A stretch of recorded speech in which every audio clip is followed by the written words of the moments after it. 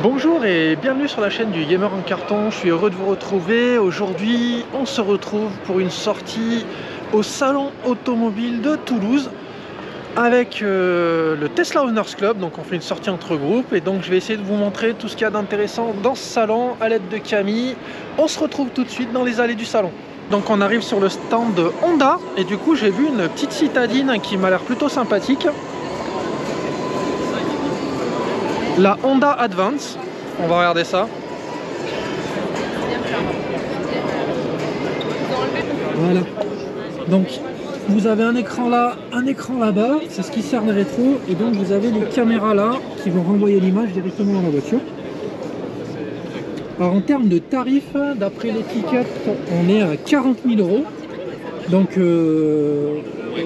remise éco non déduite. Hein. Pour une citadine, parce que ça reste quand même une citadine, mais en termes de design, de finition, si vous vous rappelez, j'avais testé l'ID3 dans la vidéo, on est au-dessus, hein. Franchement on est au-dessus, on voit qu'ils ont travaillé, Honda, ils ont fait une vraie électrique, ils n'ont pas réadapté un châssis pour en faire une électrique, non, ça a l'air sympa. Après il faudra voir à l'usage. Si on regarde la fiche, on est sur du 154 chevaux. De 0 à 100 en 8 secondes 3, on n'est pas sur une Tesla. T'en penses quoi toi? Je n'ai pas d'avis sur la question, honnêtement, je la trouve assez... Bon, après c'est un design qu'on ne connaît pas bien, enfin, qui est assez novateur. Non mais c'est novateur, c'est différent. Dans ce qui existe, voilà. Donc moi, premier abord, j'aime pas trop l'avant, en tout cas l'arrière j'aime, ça va. Maintenant, voilà, si on a bien compris, il s'agit d'une voiture qui a un 154 chevaux. Ouais, mais c'est une citadine, hein, c'est... voilà. Mais après tu sens que c'est une voiture qui est électrique, c'est une vraie électrique, ils ont sorti un modèle priori, électrique. Ouais. Ah non, alors par contre à noter effectivement, mais tu l'as peut-être déjà fait remarquer avant, les rétroviseurs intérieurs et l'écran panoramique, enfin un panoramique. Oui, l'écran fait tout le tableau de bord. Fait tout le tableau de bord quoi. Or, on peut pas l'avoir allumé malheureusement, parce qu'ils veulent pas l'allumer, c'est pas grave. Donc on peut pas vous montrer non plus la taille du coffre.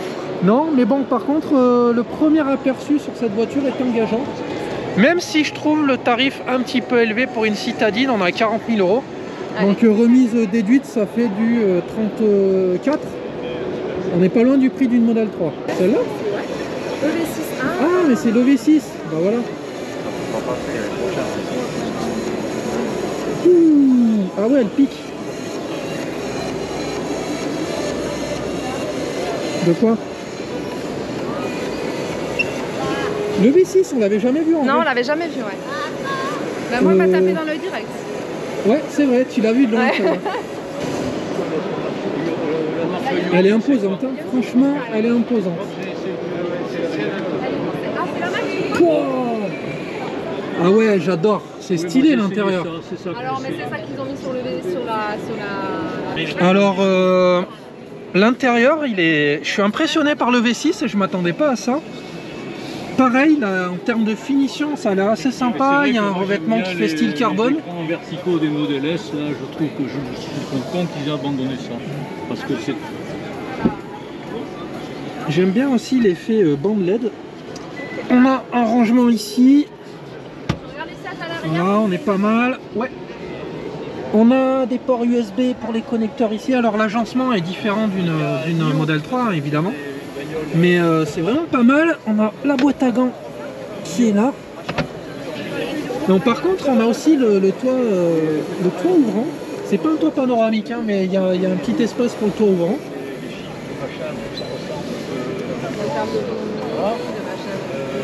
Ah, franchement, les gens, alors j'ai pas encore eu l'occasion d'en essayer une V6, mais je suis curieux. Je suis vraiment curieux. Planter un réseau de superchargeurs aussi, mais ça, il faut voir comment ça va.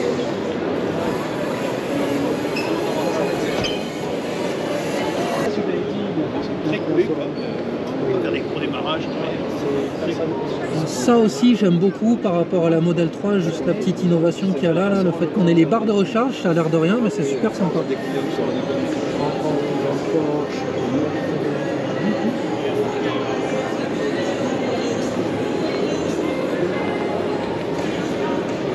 Alors, t'en penses quoi? Ça qu'on s'est tout enlevé, là on retrouve énormément de boutons sur le volant. Il y a énormément de boutons partout en fait. C'est pas l'ambiance Tesla, là on est sur un fabricant historique de voitures, donc ils aiment bien les boutons. Ça, on a beaucoup de brillants aussi, ouais. Beaucoup de plastique brillant. Après, on est bien. C'est pas, je suis pas assez haute, mais je pense que le siège se lève, hein, mais oui. Je suis particulièrement basse et du coup le fait que, je sais pas au niveau de... Non, mais là le siège est bas, hein, tu as les réglages ici. Hein. Ce que je veux dire, c'est qu'une fois que je vais me remonter, comme là l'écran il est gros, mais il est panoramique, mais il est en long. Ah oui, mais t'as tout. Donc si je me remonte, je vais me retrouver avec le volant au milieu de l'écran. Hein. Non mais c'est vrai. Hein. Non, mais après c'est joli. J'aime beaucoup la EV6. Je trouve que c'est un bon concept. C'est joli. Par rapport... on est loin du design... Ça me rappelle quelque chose. Ouais. Bah, là tu peux y aller, on a les mêmes. Oui, mais tu veux que je te dise, Tesla, Tesla, le détail con, tu sais de quel côté tu dois appuyer. Ouais. Ah oui, bah oui. Et la virgule, ça c'est grossier. tu sais où tu mets le pouce. C'est quand même grossier. C'est pas faux. En fait, c'est un design qui est très à la mode en ce moment en fait. Hein. Ce truc avec beaucoup de LED à l'avant, beaucoup de LED à l'arrière. Ça te plairait bien les LED comme ça. Alors, c'est un design que j'aime beaucoup, mais qu'on voit beaucoup aussi. On voit beaucoup en ce moment les designs LED partout. Alors on vient de chez les concurrents, c'est pour ça qu'on compare, hein, mais voilà. Elle est là pour être étudiée. Hein. Oui. Non, mais après c'est une belle voiture, franchement elle est belle. À l'arrière là, cette espèce de... J'aime bien, mais je crois que ça y est sur la Ioniq aussi. La barre, ça fait une... C'est tout le long du coffre en fait. Moi je trouve ça assez esthétique, donc au niveau esthétique je la trouve plutôt réussie. Maintenant, en termes d'aérodynamisme, il va falloir voir. Moi, j'attends de voir des... Si elle est taillée, tu vois qu'elle est rabaissée. Enfin, elle est rabaissée, non, c'est pas le mot. Si elle est taillée pour de l'électrique, par contre, elle est énorme. Je me demande si elle est plus large que la Model 3, je pense. Non, elle est plus large que le Model 3. Forcément. Elle me paraît énorme en fait. C'est la silhouette. On retrouve également la voiture qu'on avait testée il y a quelques semaines sur la chaîne, la i-Niro, donc que vous avez déjà pu admirer sur la chaîne. Donc en prix de base, elle est à 37 100. Le modèle qui est exposé là, c'est la premium, la haut de gamme, je suppose. Elle est à 47 et on se retrouve avec 204 chevaux pour 455 km WLTP d'autonomie, ce qui est pas mal au final. Mais on retrouve le même intérieur qu'on avait vu plus ou moins dans la version de l'année dernière, hein, qu'on a eu la chance de tester. Et comme on vous l'avait déjà dit, c'est une très bonne voiture en termes de confort et de conduite. Donc si vous cherchez un SUV plutôt sympa en électrique, n'hésitez pas, la i-Niro, je le redis, elle m'avait vraiment plu.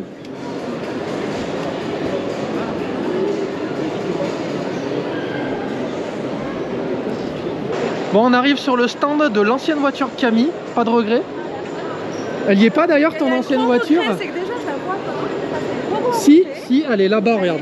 On va faire les retrouvailles de Camille avec son ancienne voiture. Ben ouais, mais...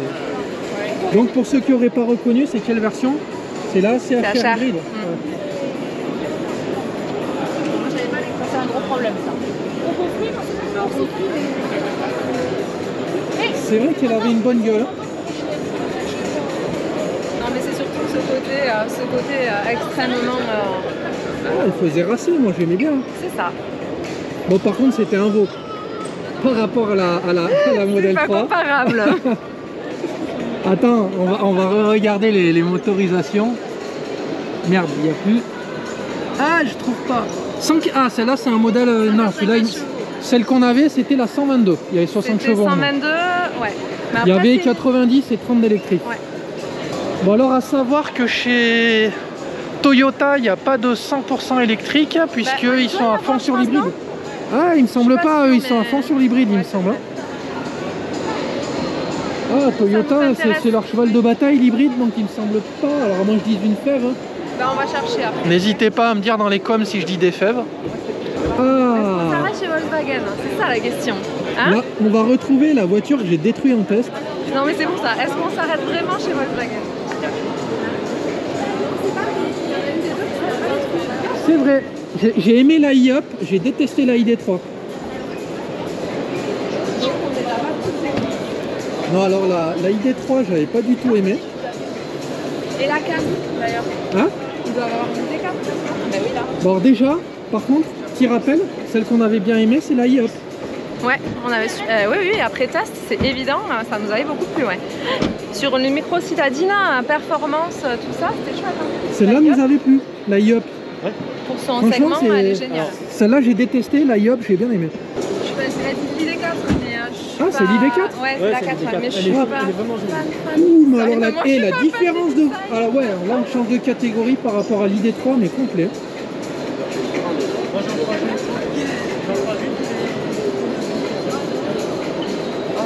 Ah oui, elle a une bonne gueule.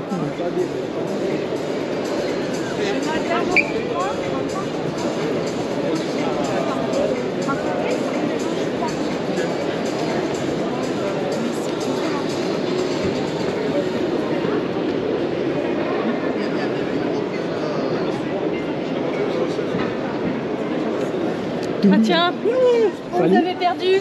Ah ben écoute, non, on filme, on est venu pour ça. L'intérieur, c'est une ID3. Ah bah oui. Ah non, mais c'est là, c'est abusé. Ils font comme Tesla. Ben ouais, mais non, mais j'ai détesté moi l'ID3. En fait, alors faut voir les. Non, moi les finitions. Les finitions. Oui, ça fait un peu cheap. Oui, mais bon, mais tu retrouves le même intérieur avec les mêmes accoudoirs bidons là. Non, franchement. Non, c'est pas vrai, regarde, tu vois, il y a des... Oui, mais regarde les accoudoirs, c'est les mêmes. Oui, non, mais ça, oui. Mais tu vois, il y a quand même des c'est un peu plus travaillé. Bah oui. Bon, après, c'est à voir, mais ils n'ont pas fait de grosses évolutions. On change de volume, mais il n'y a pas de grosses évolutions. Ça n'a rien à voir, c'est par rapport... Non, par contre, les sièges sont plus travaillés. C'est des sièges baquets, c'est... Oui. Les mêmes modèles de voitures, une en plus petite, une en gros SUV. Oui, non, mais je suis d'accord. Non, mais elle est... Et si tu prends un tableau de bord d'Airbus à 340, d'Airbus à 340, mais ça n'a rien à voir. Non mais c'est le même. Chérie, on sort de l'EV6 où j'ai été vachement impressionné là. Je me retrouve devant un tableau de bord qui n'est pas ultra travaillé. Ça fait bizarre. Ça veut dire que Kia a un net avantage sur Volkswagen. Ils ont travaillé. Ils ont travaillé, là je me retrouve, j'ai l'impression d'avoir une essence convertie en électrique. Les deux écrans, moi ça me plaît pas. Ah ouais, mais quand tu vois, faut voir le tarif, quand tu vois que la EV6, t'as un écran panoramique, c'est... Ouais, non. Et cela dit, moi... Bon après, on a quand même un rangement... Ah, alors on a un endroit pour mettre le téléphone pour recharger, qui est éclairé d'ailleurs, pour le voir. On a à l'arrière, vous voyez mal parce qu'il n'y a pas de luminosité, mais il y a des capteurs USB, des prises USB, pardon, 54 000 quoi. Franchement. L'autre est à combien? 47? Et la EV6 en prix d'appel, elle est à 47, oui. Non, franchement, je reste sur mes positions chez Volkswagen, ils assurent pas pour les électriques. Ouh, par contre, le coffre, il est bien. Ah putain. Oui, t'as un sous-coffre pour le rangement. J'avais des informations erronées. Parce que en fait, j'avais la vitesse en miles avec écrit kilomètre/heure. La vitesse.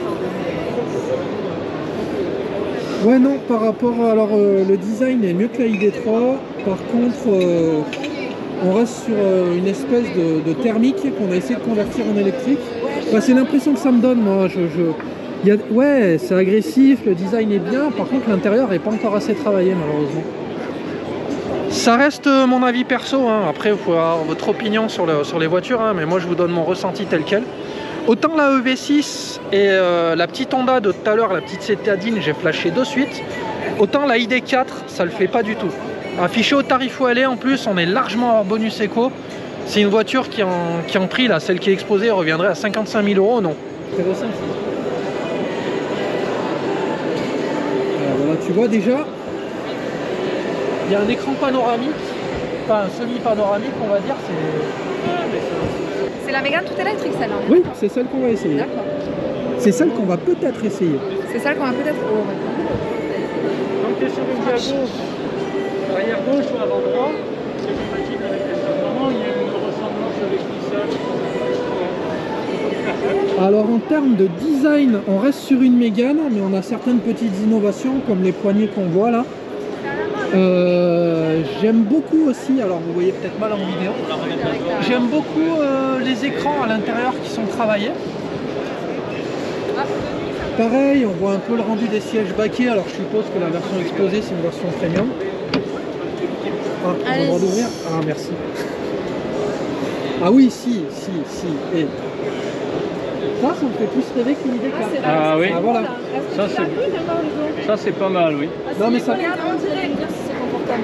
Ah bah avec plaisir. Ça fait un peu le design de ta voiture. Là, il y a un vrai tableau de bord et un écran. Ça c'est pas mal. Ah oui. Ah si. Ah si, alors là, je suis agréablement surpris parce que c'est une française. Je pense que ça reste un châssis pardon, qui est issu du thermique. Par contre, on voit qu'ils ont vraiment bien travaillé l'intérieur, mais vraiment bien quoi. Elle est fabriquée à Douai. Les écrans panoramiques, enfin non, il y a l'écran du tableau de bord, plus un écran qui rappelle un peu l'écran de la Model S. C'est une Model S en plus petit l'écran. Bah tu sais, c'est positionné pareil. Voilà. Ou une X en plus petit. C'est quoi la X et la S? Non, après, c'est une version premium, je suppose. À l'intérieur, c'est du haut de gamme. Oui, voilà, parce qu'il n'y a pas les... C'est du milieu de gamme. Non, mais à l'intérieur, vous avez quoi? Moi, ce qui me plaît, c'est toujours pareil, c'est avoir un tableau de bord, un tableau de bord et un écran. Ça, je trouve ça plutôt sympathique puisque j'ai eu le X vendredi et que j'ai beaucoup aimé ce côté-là, effectivement, parce que du coup, je pense que je vais avoir toutes les informations pendant ma conduite sur le tableau de bord et les informations de GPS, etc. sur l'écran. Et ça, j'aime quand même bien avoir tout en face. Donc ça, c'est cool, ouais, ça j'aime bien. C'est vrai qu'on s'est habitué sur la Model 3 à avoir l'écran central, mais bon, c'est... Qu'au niveau confort, ça a l'air assez ferme, mais plutôt bien au niveau des sièges. Donc, non, je suis surpris pour une voiture électrique française. Parce que là, je sors du stand Volkswagen, leur ID3 et 4, c'est laisse tomber. Mais non, la Mégane, elle est pas mal. Die deutsche Qualität. Les batteries sont... on est d'accord. On a quand même 12 ans d'expérience dans l'électrique, donc c'est vrai qu'aujourd'hui on bénéficie d'un recul. Alors, vous parlez à des gens qui ont tous des Tesla là. Oui, tout à fait. Oui, mais non, par contre, sur ce modèle-là, vous commencez un peu à être dans l'esprit technologique en fait, ça qui est bien. En fait, c'est ça, c'est que par rapport à Tesla, où nous on n'est pas dans la logique. On n'a pas tout à fait la même logique où Tesla a vraiment développé une voiture autour d'une tablette. Oui. Et c'est ce qui a fait leur force. Non, je résume bien entendu. Mais quand je dis ça, c'est qu'en fait ils ont vraiment en fait ils sont dans une autre logique que la voiture pure. Voilà, ils sont vraiment dans un mode de déplacement, de mobilité. C'est pas les mêmes philosophies de constructeurs. Complètement. Après effectivement Tesla aujourd'hui c'est une référence de Camille. Et nous sur des grandes marques généralistes aujourd'hui on est la seule marque à avoir autant de recul et une part de véhicules électriques. Avec la Zoé, vous voulez dire, parce qu'il y a pas mal d'expérience derrière ça. La Zoé en fait nous a vraiment servi de base pour développer tout notre gamme, et quand on voit que par exemple sur la Zoé Phase 2, plutôt que de sortir un nouveau modèle, on a préféré garder la Zoé, améliorer les reproches au niveau qualité intérieure, qualité de finition, etc. où on est vraiment sur le jour et la nuit. Une batterie en 52 kg pour vraiment avoir du répondant en termes d'autonomie, etc. Donc ça c'est un gros point positif plutôt que de sortir un nouveau modèle, etc. C'est vrai qu'aujourd'hui sur le segment de Zoé notamment, c'est la seule qui va prendre du 22 kW de série. Alors que nos concurrents vont placer sur du 7 ou du 11. Alors aujourd'hui 60 kg par rapport au segment ça reste amplement suffisant parce qu'aujourd'hui si vous voulez on le voit, les clients électriques aujourd'hui c'est pas tant l'autonomie qu'ils recherchent puisqu'ils y sont habitués aujourd'hui 450, 500, 600 km. Bon, franchement, le gros point positif c'est la recharge en 130 kW. Et aujourd'hui c'est la capacité à augmenter les vitesses de recharge de batterie. Vous êtes sur quel réseau? Vous êtes affilié à qui pour les recharges? On n'a pas de réseau particulier. Ouais, on va être rattaché après, c'est du général. Nous, Renault, on n'a rien. Vous n'avez pas de deal avec aucun... Renault, il n'y a rien. Tesla commence à ouvrir ses superchargeurs, ça y est, enfin. Merci aux acheteurs de Tesla. Et d'ailleurs, il faut savoir que les superchargeurs sont moins chers que le réseau Unity au niveau des recharges. Oui, bien sûr. J'ai une question, c'est quand qu'on peut essayer la R5? Moi, elle me botte celle-là. Alors, on attend une sortie pour 2024, donc... ça va remplacer la Zoé, hein, ce que j'ai compris, on est d'accord. Ça va être pour Zoé, ouais, tout à fait. Celle-là, franchement, elle me fait rêver, je suis impatient de la voir. Et tu vas pas nous quitter quand même? Ah non, mais je te parle... Non, mais moi, je garde ma Tesla. De loin. Mais par contre, en deuxième bagnole, ouais, en R5, franchement. Ah, puis Tesla a vraiment bousculé un peu tout le monde sur l'électrique et ça, c'est un point intéressant. Oh, bizarre. Ah, et en termes de puissance, on a combien de chevaux? Vous avez plusieurs. Alors, sur les EV60, sur les deux finitions hautes, on va être sur du 220 chevaux. Et sur la première basique, en fait, qui va être en EV40, on sera sur du 130 chevaux, qui est le moteur de la Zoé actuelle. C'est dans l'air du temps. Elle est plus courte que la Mégane de base. C'est bon, elle te l'a vendu? Je vais garder ma voiture, mais elle me paraît pas mal. Elle est jolie, est-ce qu'elle vous plaît? Au niveau design, je tout réussi, c'est dans l'air du temps. Franchement. Avec les LED et compagnie. Ouais, moi j'attendais de la voir parce que j'étais. Ouais, mais j'aime bien. Au final, les positions sont quand même pas trop mal. Elle est très confortable? Oui, super, bah oui. Après, il faut avoir un conducteur. Voilà. Non, mais oui. Après, moi, ce qui va me freiner, j'en discutais avec votre collègue. Bah non, pas tellement, parce qu'on a, nous on a une modèle 3, on est à 400 bornes, quoi, quelque chose comme ça. Ouais, comme celle-ci. Ouais, mais moi je suis habitué maintenant à 325 chevaux. Ah là c'est 220, bon. Et oui, non, mais on dirait pas comme ça, mais on prend c'est déjà très pas vite mal, hein. Oui. C'est déjà pas mal. Ah non, mais ça reste une semi-sportive. Elle est plus courte que la berline de base, que la Mégane de base. Elle fait 4,21 m de long. Ouais. Bon, on reste sur du 1,50 m de haut et 1,70 m de large. Ça aussi, j'aime beaucoup. Mais je sais même pas comment il... Ah. Voilà. Non, il faut que tu l'ouvres. Ouais, mais il est pas électrique. Alors, il y a un sous-coffre. Hein. Il y a un sous-coffre plus petit que sur nos voitures, mais il y a un sous-coffre. Pour moi, le petit défaut, alors le gros avantage, c'est le haillon. Oui, là, on est vraiment sur un coffre haillon. Oui. L'inconvénient, je trouve, il manque. Parce qu'en fait, on voit pas, mais il y a une énorme profondeur ici. Ouais, mais... Et du coup, ce n'est pas très pratique pour les chargements. Et comment en profondeur, il est... Non, mais en profondeur, il est un peu petit. Alors, en fait, elle m'a dit, ils ont clairement privilégié la place pour les jambes sur les places arrière. Donc, c'est un parti pris d'avoir un coffre qui n'est pas extrêmement long, mais qui est plus en profondeur. Pour moi, le défaut, c'est de ne pas avoir une entrée plate, quoi. Et j'ai demandé au tarif, il n'est pas encore fixé tout à fait. Ils ne savent pas s'ils vont la sortir à 35, 36, 37. Tablé sur un peu plus de 30 000 € avec le bonus écologique. Voilà. 30 000 € pour une berline, c'est intéressant. Franchement, c'est intéressant. Je suis curieux de l'essayer sur la route parce que si la conduite est top, en plus, ça peut être vraiment sympa. Donc la AMI, hein, pour rappel, c'est la petite citadine sans permis. C'est une sans permis. Hein, voilà. Après, apparemment, ça fait un carton, de ce qui paraît. Pardon? Ben toi, tu vas rouler en ami quand tu auras perdu ton permis avec la Tesla.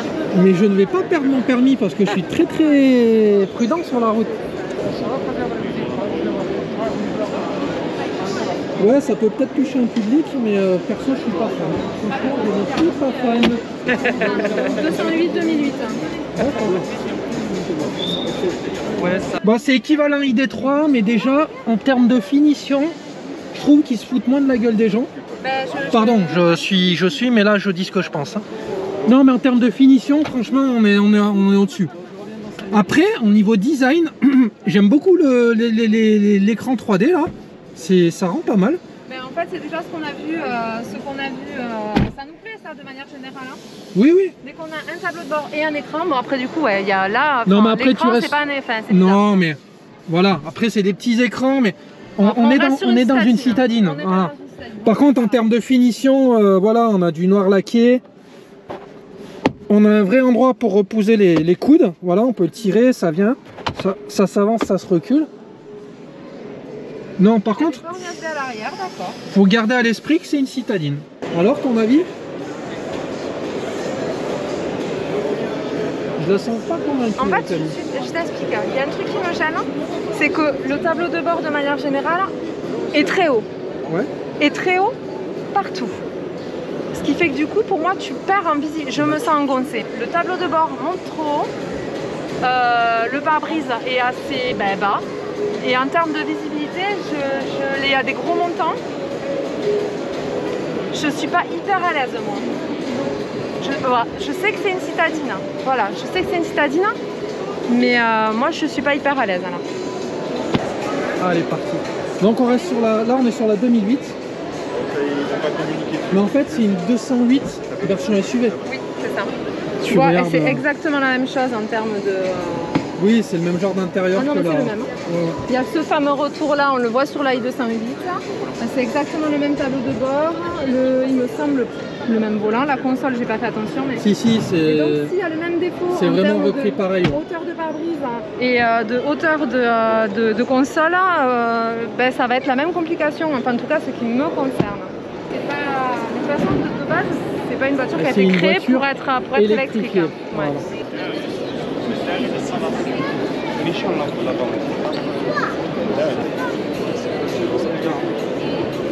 C'est cette concept car DS. Comme dit Camille, c'est la voiture de Tron.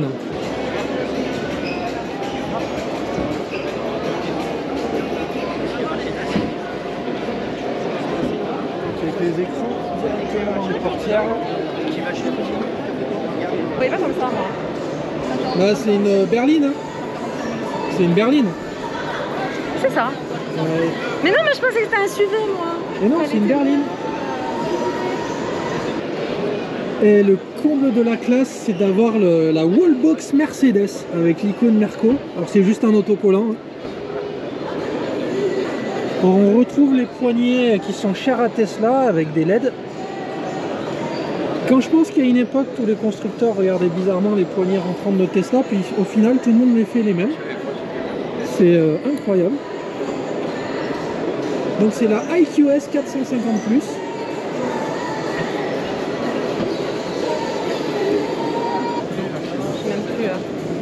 Ouais, les petites LED et tout, tu vois qu'il y a plein de petits trucs, des petits détails. Mais j'avais pas vu les jantes. C'est des aéros. Ben ouais, c'est... C'est des aéros. Ouais, ouais. Ah, mais eux, ils mettent les caches entre les...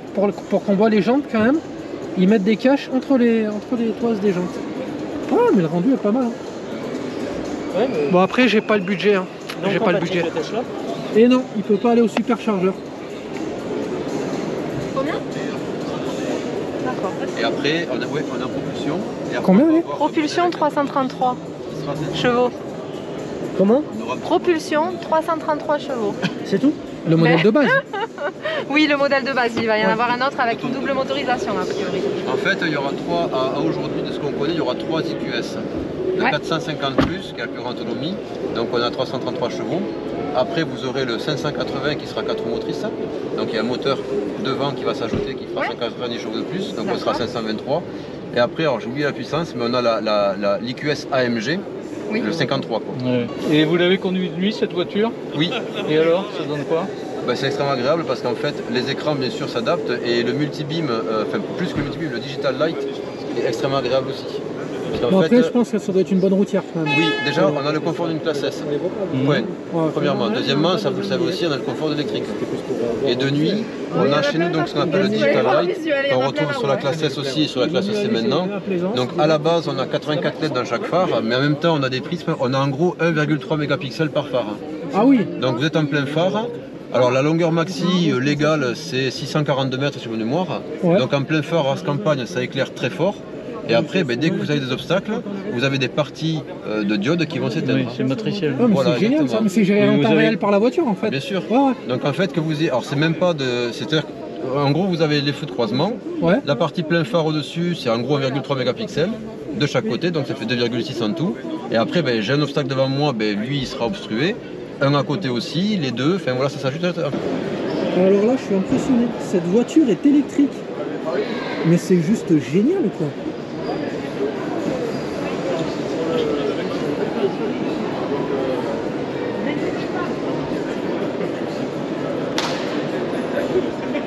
Camille, c'est électrique.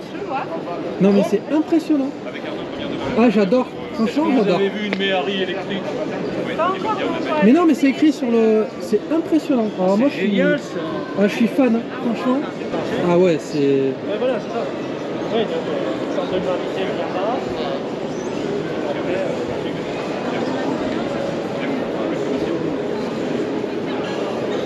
Oh, le détail et tout, c'est...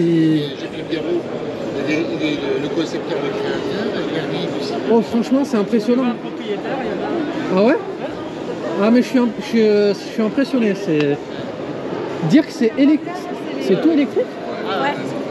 Et c'est Et c'est super agréable, même sur... on a fait pas mal de kilomètres avec elle. On va dans le lot, tout ça avec. Mais vous êtes propriétaire depuis... Enfin, ça fait quelques années que vous l'avez 2 ans maintenant. 2020. Ouais, février 2020, il est arrivé juste avant le Covid. Ok. Et du coup, vous êtes content de la voiture? C'est agréable à utiliser? Alors, ce qui est fou et paradoxal, c'est que c'est une voiture qu'on peut conduire dès l'âge de 16 ans. Puisqu'en fait, c'était quand le concept a été déposé, ça a été déposé comme si c'était un quadricycle. Un quadricycle. Mais c'est quoi en termes de puissance? Alors là, en termes de puissance, on est sur 30 et quelques chevaux. D'accord. Ah, mais du coup, oui, mais on est vraiment sur de la conduite tranquille. Voilà, mais de toute façon, ça correspond à la voiture. Ouais. Bon, voilà, tu vas pas... Mais par contre, ça envoie quand même. Non, mais ça reste sur l'accélération, ça reste de l'électrique. Ah ouais, voilà. Hein. Ok, voilà. Là, on est tous en Tesla. Oui, mais non, mais du coup, j'aime bien avoir le retour des gens qui ont les voitures parce qu'on a directement les impressions et tout ça. Il y a 3 modes de conduite là-dessus. Vous avez l'éco, le normal et le sport. Ouais. Et en mode sport, on a quand même fait 225 km et vraiment sans l'aménager, quoi. Après, pour moi, l'autonomie sur ce terme de voiture, c'est pas très important parce qu'à mon avis, comme je le vois, c'est une voiture plaisir le week-end pour se balader. C'est une voiture plaisir, tout à fait. C'est une voiture hybride entre la moto et la voiture, hein, puisque vous n'avez pas de saute au vent, c'est juste un petit pare-brise. Voilà, donc après, faut aimer que ça bouge. Mais t'as vu toi où elles sont les suspensions à l'avant? Non, j'ai pas vu. Bah regarde, tu les vois bien là. De quoi? Oui, les amortisseurs. Les amortisseurs. Ils sont là, c'est super bien fait quoi.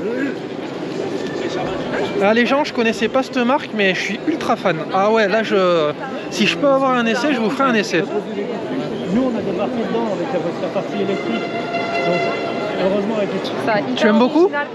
C'est hyper original et en voiture balade, les sensations qu'à mon avis ça peut apporter sur ce type de voiture en électrique, je suis hyper curieuse. Ah mais en plus c'est de la détente, c'est vraiment la conduite que t'aimes. Ouais. Ça c'est fait, t'as du soleil, tu prends la bagnole, tu vas te balader. C'est ça, mais que pour ça. 200 bornes d'autonomie, donc ça va très bien, c'est ultra léger. C'est la fin de cette première partie, j'espère que ça vous aura plu. N'hésitez pas si vous avez des questions ou des commentaires à faire, on sera ravis d'y répondre avec Camille. Vous retrouverez la suite de ce petit reportage dans quelques jours. En attendant, si cette première partie vous a plu, n'hésitez pas à mettre des petits pouces bleus, n'hésitez pas à vous abonner à la chaîne si ça n'est pas encore le cas, à activer la petite cloche qui va bien. Moi je vous dis à très bientôt pour la suite. Ciao ciao.